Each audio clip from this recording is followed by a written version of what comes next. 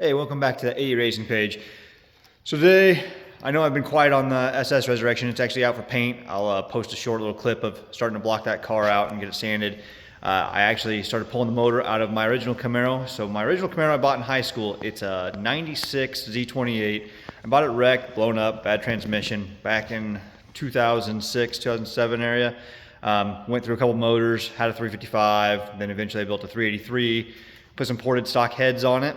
It was a nitrous car, has a quick performance 9-inch in it, 6-point roll bar.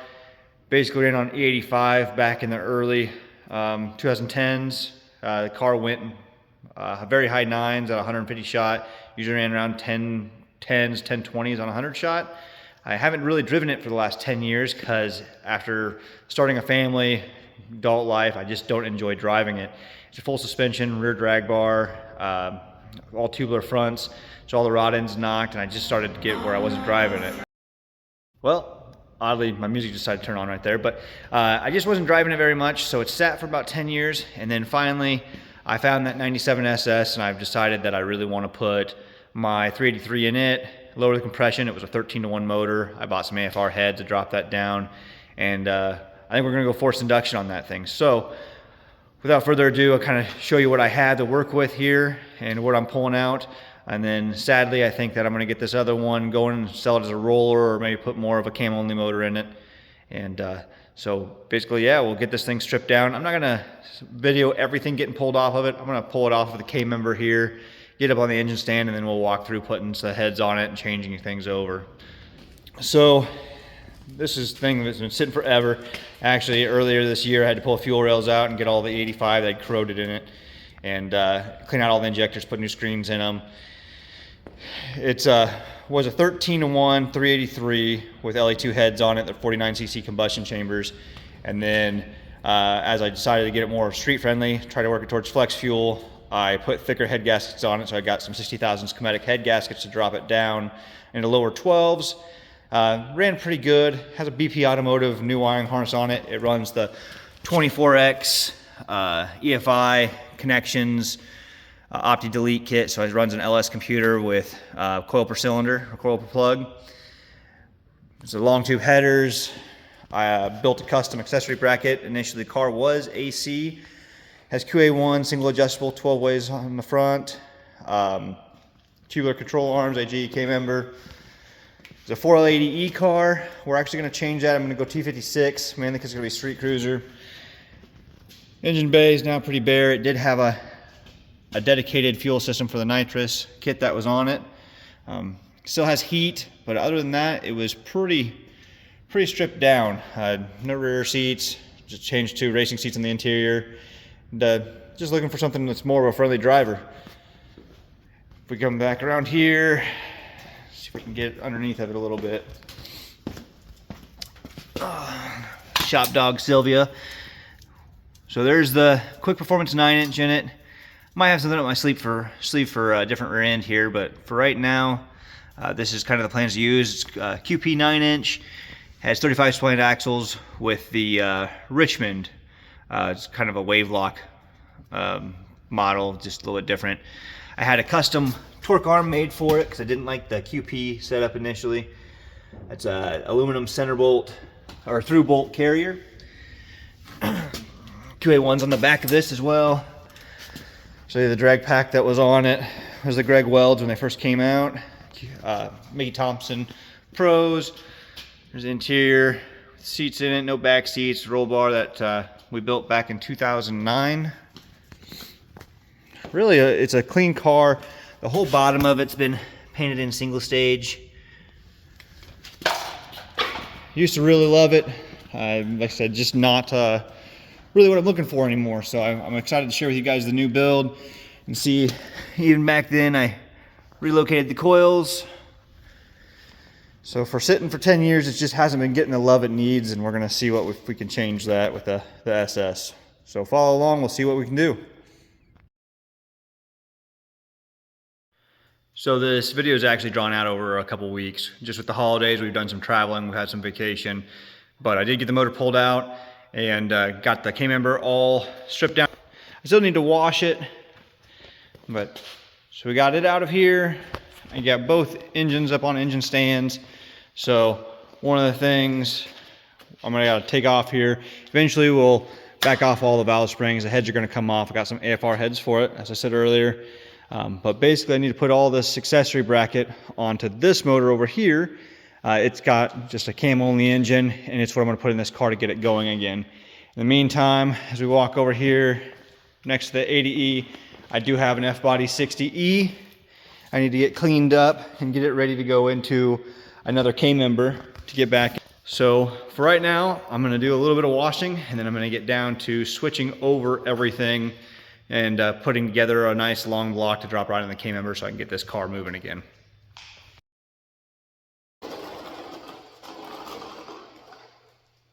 So one of the best things I've ever bought is a half dozen of these furniture rollers from Harbor Freight.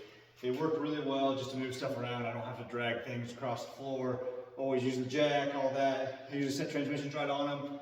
Even my engine cradle, for when I lower the K-members down of F-bodies, sits on a pallet with a couple of these bolted.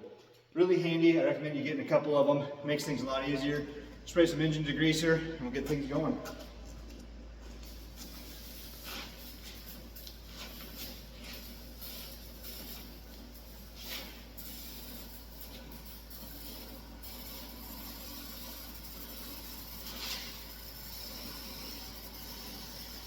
Every penny. Got it. Missed it.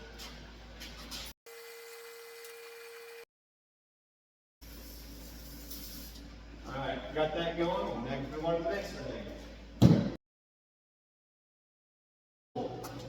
I'll pull accessory brackets. 13mm.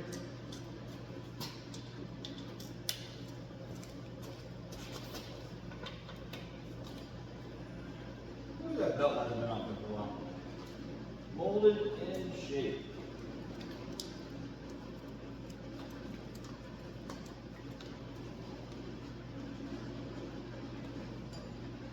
I would say it hasn't moved for a little while.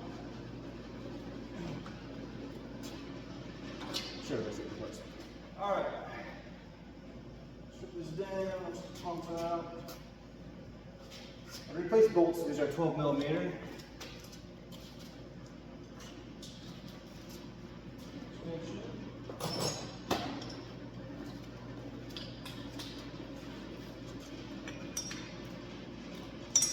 Wrong.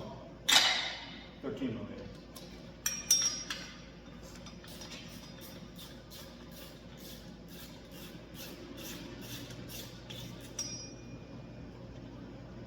What am I doing?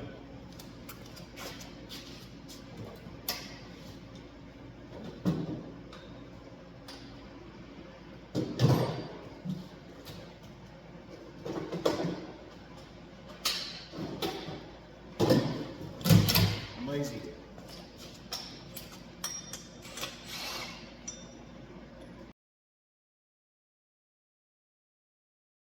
Typically, I like to pretend I know where all the bolts go, but I'm not going to be using this bracket for a while. I'm just going to go ahead and thread my bolts back in it so I know where they're at.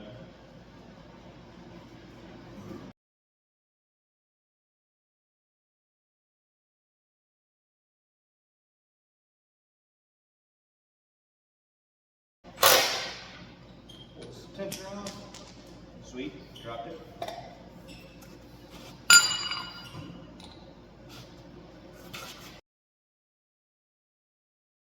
The bolts I just put back in gotta come back out. Handy. I like doing things twice. Okay, accessory bracket on. Kind of cool fact about this one is I had powder coated stuff for a little while, and this bracket here was done in a hammer tone finish. But when we have a stock bracket, which you should have one around here, I'll go show you. Stock bracket has a factory ear that comes up here.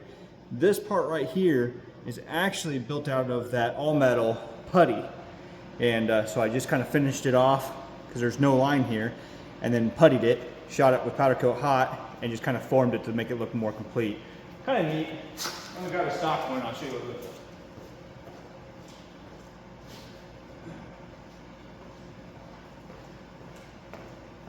So there's a stock bracket versus that. You can kind of see the difference between the two here.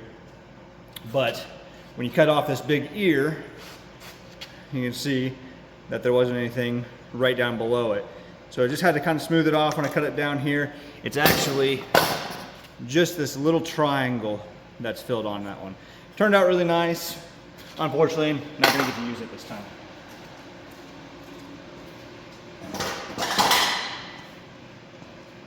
Got that off there.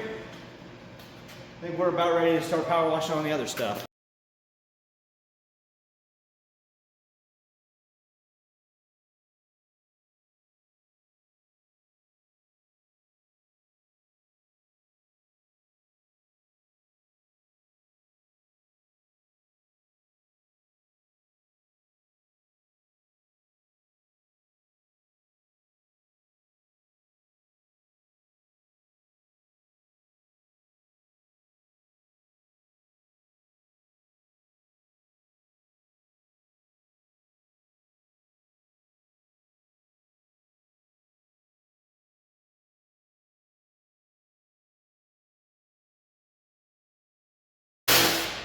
Okay, so it's not perfect, but we're just gonna go with it. It came out with some really sweet, making it look really promising. Nice dipstick. Luckily, I still have a factory one from when I did the 480E, but that has a couple transmission leaks I need to fix on it. I'm just hoping it's good, so we don't have to do a video on how to fix it. So we'll let that dry. Might have to do a second wash on it, but we'll see.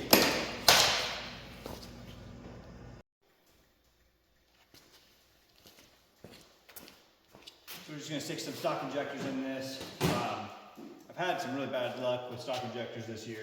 So this motor has sat for a while. I can tell all the pulleys are rusty on it. So even though it came with 4 and I have an injector tester, I'm not going to risk it. I have a set of known good injectors out of a car that we put some larger injectors in this year. So I'm going to go ahead and use just a little bit of Vaseline, glue up the O-rings because they are all good. I've inspected them already, and put them in this fuel rail. A little too much. Perfect. Okay. So,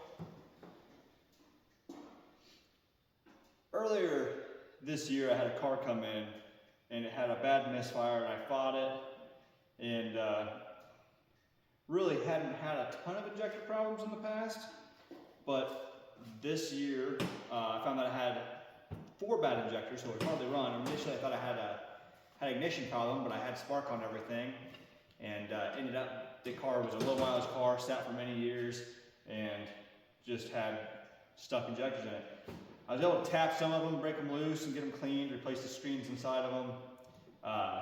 On these old stock ones, it's really not worth my time to do that. I'd rather just buy new on this one, and if the customer has the money to, I'd rather just replace them with some known good ones. This way, I know that these are good. I'm just gonna go ahead and send these down the road. Watch that come back to bite me, have a misfire when I fire it up. Hopefully not. It was running perfect about August.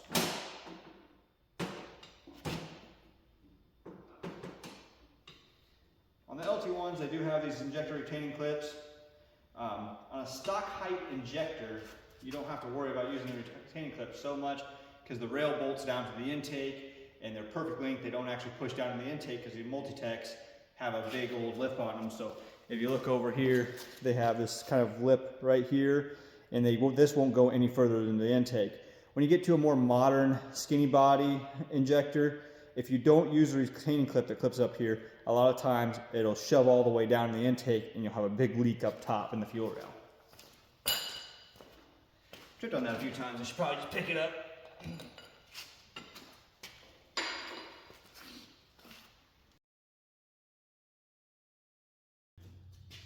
Going in nice and easy.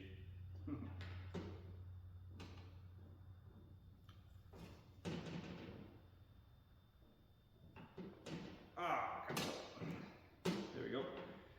messed up, didn't put the retaining clip where I needed it to be.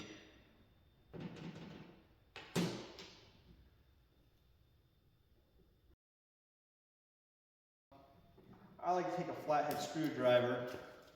I'll actually show you right here.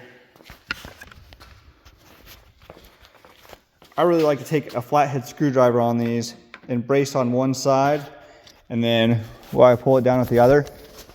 So what we'll do is we'll put this on here, we'll find that groove, I'll hold it, push on it, wiggle it on, and voila. So I'll finish the rest of it and we'll get them bolted on. Alright guys, I didn't get quite as much done as I wanted to tonight, or walk you through as much as I wanted to, but I did get almost all of the accessories on this motor here. I did get the steam vent tube put on. I still got to put all the vacuum fittings on the intake, but overall this motor's coming together pretty good. Hopefully I'll be able to pull the K-member out of the parts car soon and get that set in there. I apologize, the content hasn't been quite as good as I would like it lately, but stay tuned, because here soon I will be pulling the heads and cam out of that engine, installing a new one, and walking you through how I do it. So that's all I have today, but hopefully here in another week I'll have some better videos up for you.